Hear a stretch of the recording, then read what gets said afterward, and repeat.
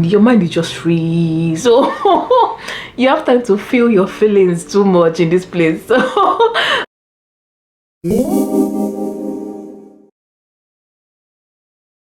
hi, welcome back to my channel. My name is Gbemmy. I make videos about my life in Canada, vlogs, lifestyle, fitness, and everything in between. So if you like something like that, please like and subscribe to this video. No, like and subscribe to my channel, and I'll be happy to have you here. So in this video, I'm going to just having a chit chat, like a rant. Is it a rant? Like a chit chat about the reality of relocating. I've been here for about a year now, and I'll say it's more good than bad, and everything I'll be talking about in this video is just partly about myself, partly about sorry, my phone, about experiences I've seen around me, and also my friends, and basically the reality about relocating to a new country. So this applies if you relocate like Canada, the UK, you know, I don't know about the US, but I guess it should apply to anyway. So basically experiences people have seen to just relocated in the past 1, 2, 3 years. I'm basically just sharing my own perspective on what I think the reality of relocating, especially as an adult. It's not easy at all, so let's dive right in. It's not easy. Let's start this off by talking about career. A lot of people that move here as immigrants, especially from, if you're not Nigerian, I'm Nigerian, so we moved here as skilled immigrants. A lot of people at that point, you've been working for like 3 to 5 years. At that point, you're probably going to be like a manager or something at that point. So coming here, you're probably going to go downgrade to something lesser. If you did not, lucky you. But I mean, that's a tough one. This year I recently had to change from a different industry. I've always worked into food, what you call FMCG in Nigeria, we call it CPG here, from the food industry to a different industry, and I had to take a pay cut because I had zero experience in that industry. And again, something that I'll say is like a hurdle for when you move here is that they ask for Canadian experience. Now I've been working over 7 years back home. Surely, I mean, I'm sure you will onboard me, you will train me, but asking for Canadian experience, where do you want me to see it? Very, you know. So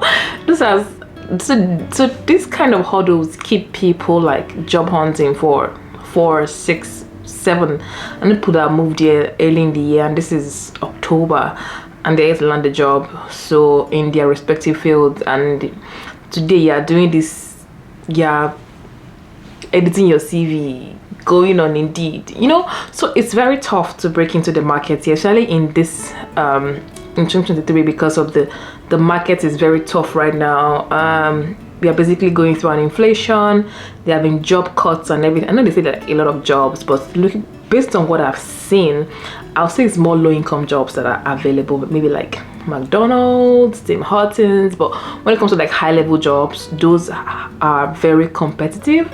And since you're coming as skilled immigrants, it's fight to finish. So that's what I'll say. It's the reality of that. Like at this point in 2023, like it's very hard to land a job. I won't say it's very hard, but it's harder to land a job at this point because you have more people coming in, and there have been layoffs, job cuts here and there.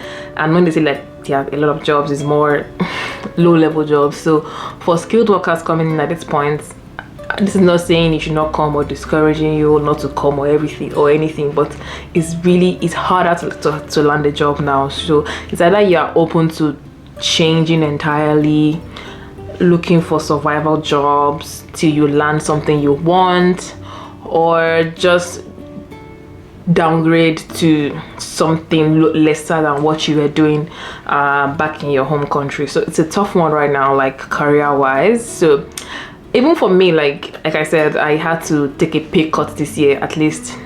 I don't want to put a number, but I took a pay cut this year because I was trying to break into an industry that is outside my niche, and I applied for a different role, and well, I got a lesser role, and I just have to go with it because we have bills to pay and I just needed experience anyways.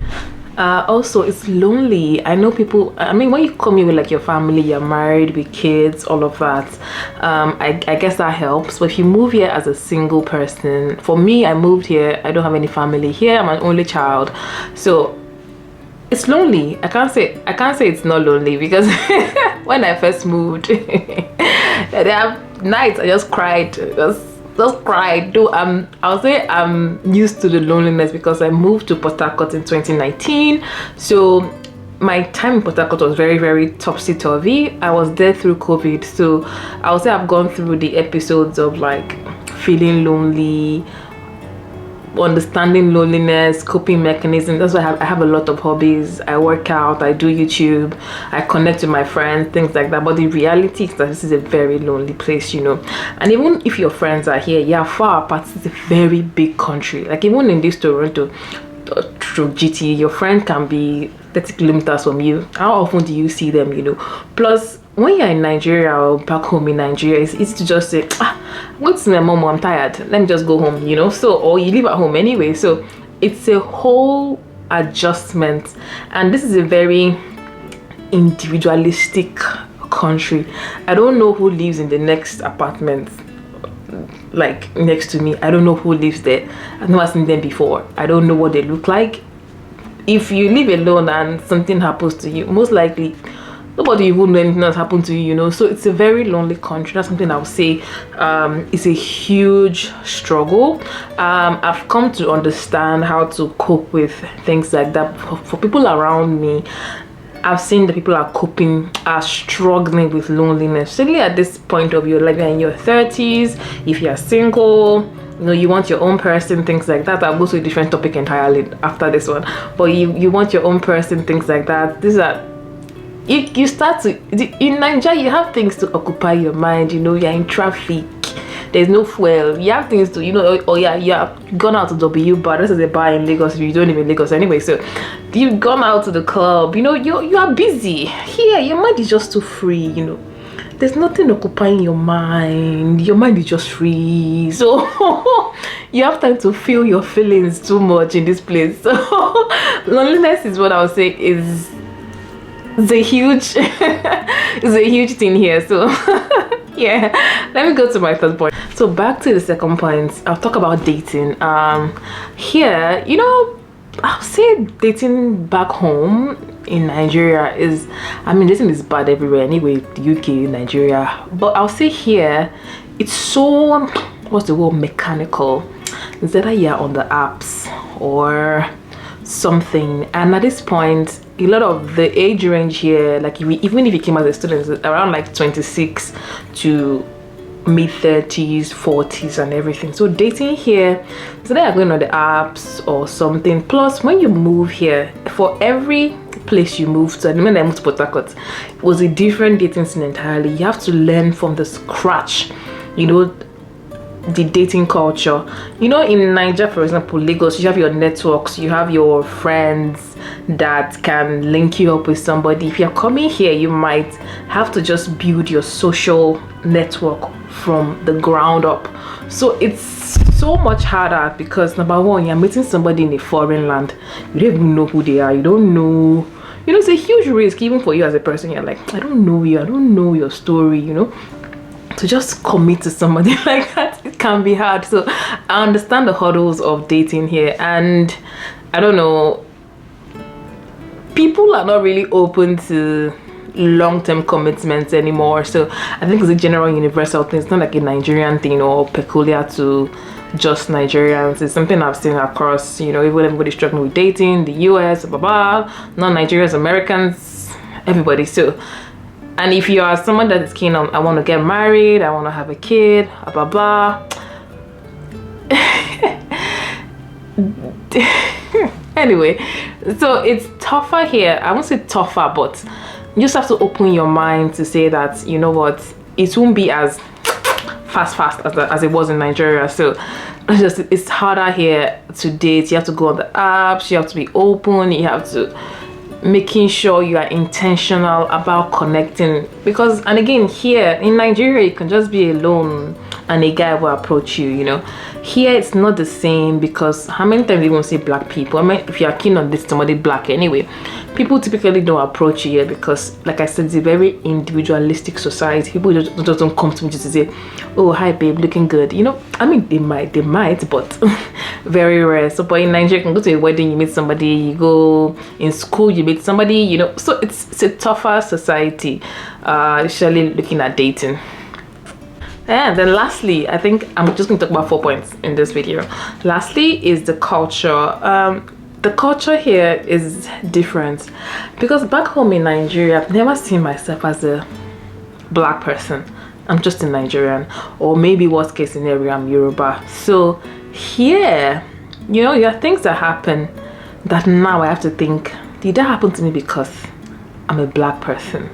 Or did that happen to me because the person was just mad at me, or just having a bad day?